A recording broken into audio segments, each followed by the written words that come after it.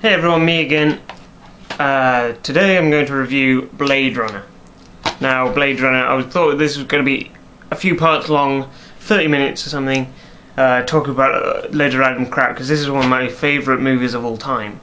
But I've decided to cut the crap, and just leave, kind of just review the movie head on, instead of going into all this random stuff.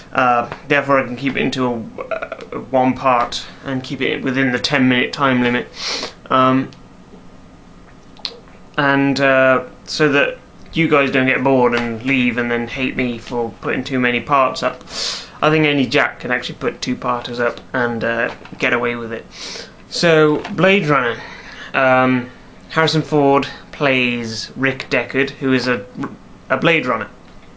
Now, Blade Runners are this kind of police organisation who are required to capture rogue replicants, who are kind of these extremely intelligent AIs who have sort of grown emotions and all that stuff.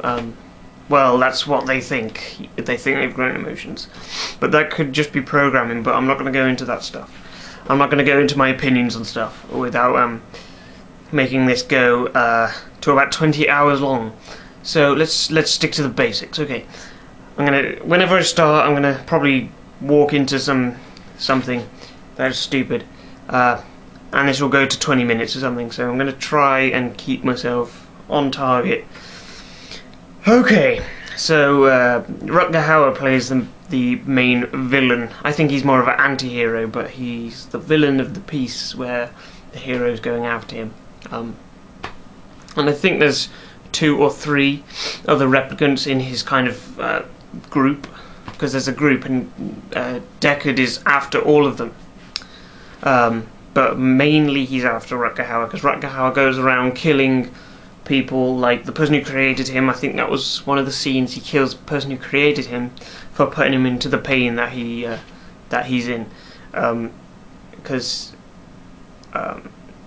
he hates him, basically. So Deckard also meets up with a female replicant who even though he knows that she's a replicant, he doesn't call it in or anything. He doesn't destroy her or send her away from Earth or whatever happens when they catch a replicant. All I know is that they get destroyed. He doesn't. He takes her to his apartment and hides her out there, and doesn't tell anyone at all. And then he has to go after them.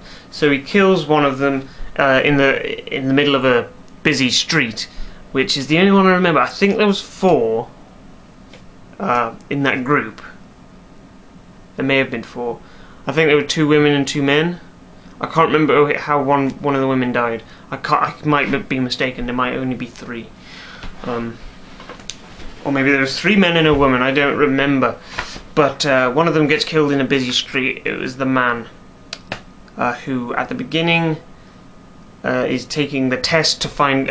They have a test to find out if you're a replicant or not, to test reactions and stuff.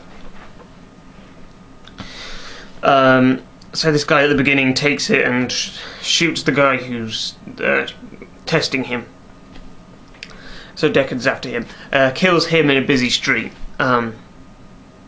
which is a good, exciting scene, because most of the stuff before that isn't really exciting until it gets to that point. And then he goes after Rutger Hauer.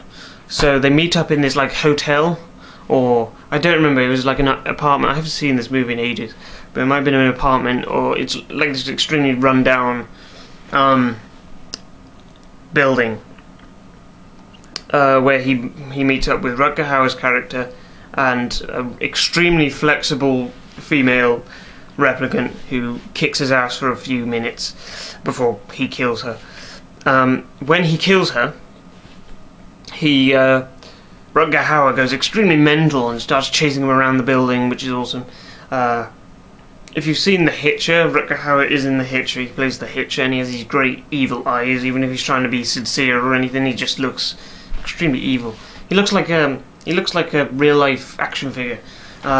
He just has this really great screen presence. When you see him on screen, you're like, that man, he's awesome. I love Rutger Hauer. I love anything he does. But anyway, so the chase is on, and he's chasing him around the place, and I think he either starts to die because of old age, or Deckard shoots him. I think he shoots him. He shoots him in the stomach. Yes, I think that's it, because he starts to bleed oil or something from his stomach. But he still keeps going. He keeps chasing Deckard because he's so angry that he killed his friend. And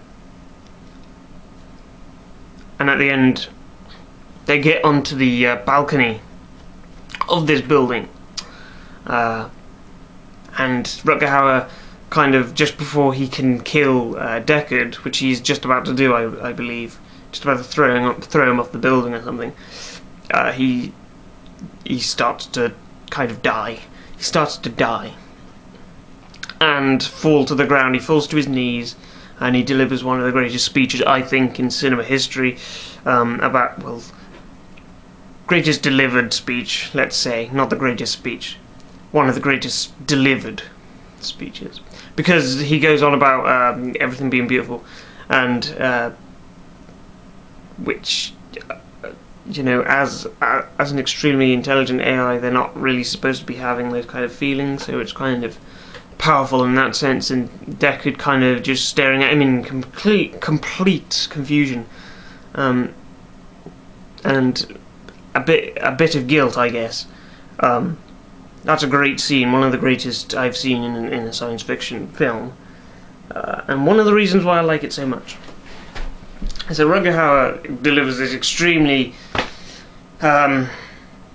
powerful speech and then dies.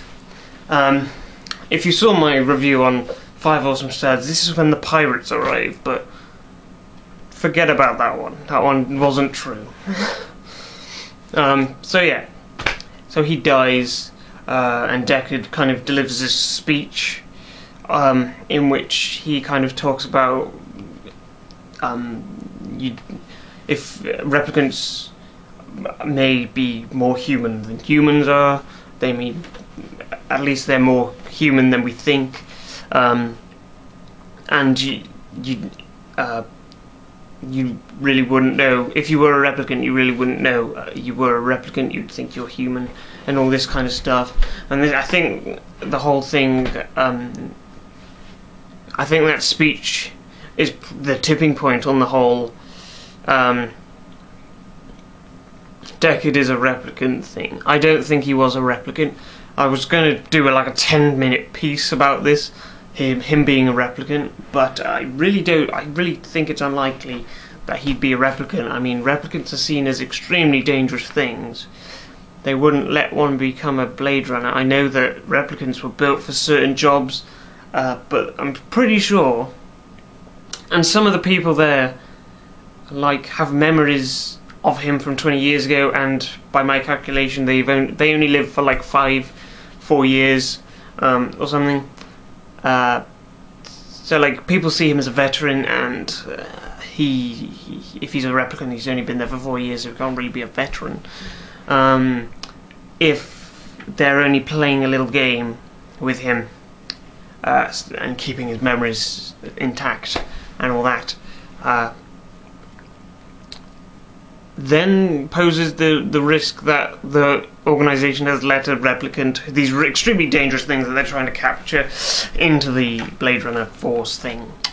So I think it's extremely unlikely. I think it's possible, but I think it's extremely unlikely. But that's my take on it. I have an extreme amount of things to say about that piece, but I'm not going to go into it because I've already hit about nearly 10 minutes now, and I really haven't talked about much. I had about 20 minutes more stuff to talk about, which I'm not going to talk about, which sucks, because I was getting into that kind of reviewing thing about Blade Runner. But now I have to end the video and put it on YouTube, and I might do a follow-up video about all the stuff I interpreted from the actual movie. Excuse me. For my channel. But anyway, that's enough from me. That's the second review I've done for this channel. I hope you enjoyed it. I know I didn't go into great detail, but if I went into great detail again, I would have reached about 4 hours worth of footage, which I don't think we want. So anyway, I'll catch you all on my channel, on Raz's channel, on every channel I'm a part of. I'll see you there. So I'll see you later.